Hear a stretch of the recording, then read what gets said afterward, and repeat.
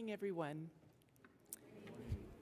When Pastor Ellis asked me earlier in the week to do the Thriving in Goodness moment for today, I can honestly tell you that it took me more than a moment to reflect and then to respond to her request. Standing up here and sharing with you all is definitely not something in my comfort zone. Initially, when I thought about the word reflect, I immediately started to reflect upon my time here at Calvary, which in 2025 happens to be 30 years. But don't worry, I'm not going to reflect upon all those years. However, I do want to go back to 2020. 5 years ago, this very month, we were all becoming aware of COVID-19 as it had started to make its presence known here in the U.S. At that moment, we had no idea how impactful this virus would be on all of us. Somewhat like the present, there was a great deal of uncertainty, as it was a very stressful time to say the least. Our oldest daughter, Sandrine, was a sophomore in college. In March of 2020, she did come home for a couple of months, but was determined to get back to her life in Chicago. Phil and I were not totally on board, as we felt it was too soon, but it is difficult to convince a strong-willed 20-year-old of anything different. Not only was COVID becoming more widespread, but racial tensions were building.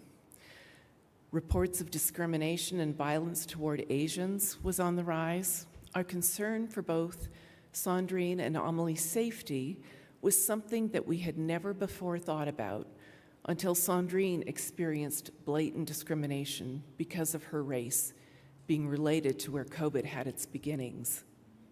Also, in the years leading up to 2020, we had all heard and read of police brutality against innocent, law-abiding Black people. The horrific and senseless murder of George Floyd in May of that year seemed to be the breaking point for many. I just want to mention here that 2 years before this, in 2018, our then Pastor Morgan led 5 young women, including Sandrine, on a civil rights road trip through the South. This experience for Sandrine greatly influenced her studies at university and has shaped her values in becoming the young woman she is today.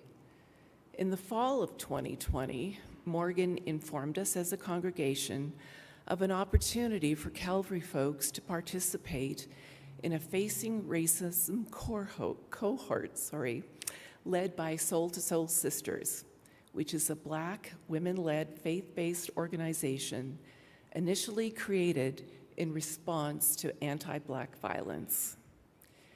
In light of all that I've shared with you, I knew that it was time for me to respond to Morgan's invitation, but I must say with some reluctance, as I anticipated that it would take a lot of hard work.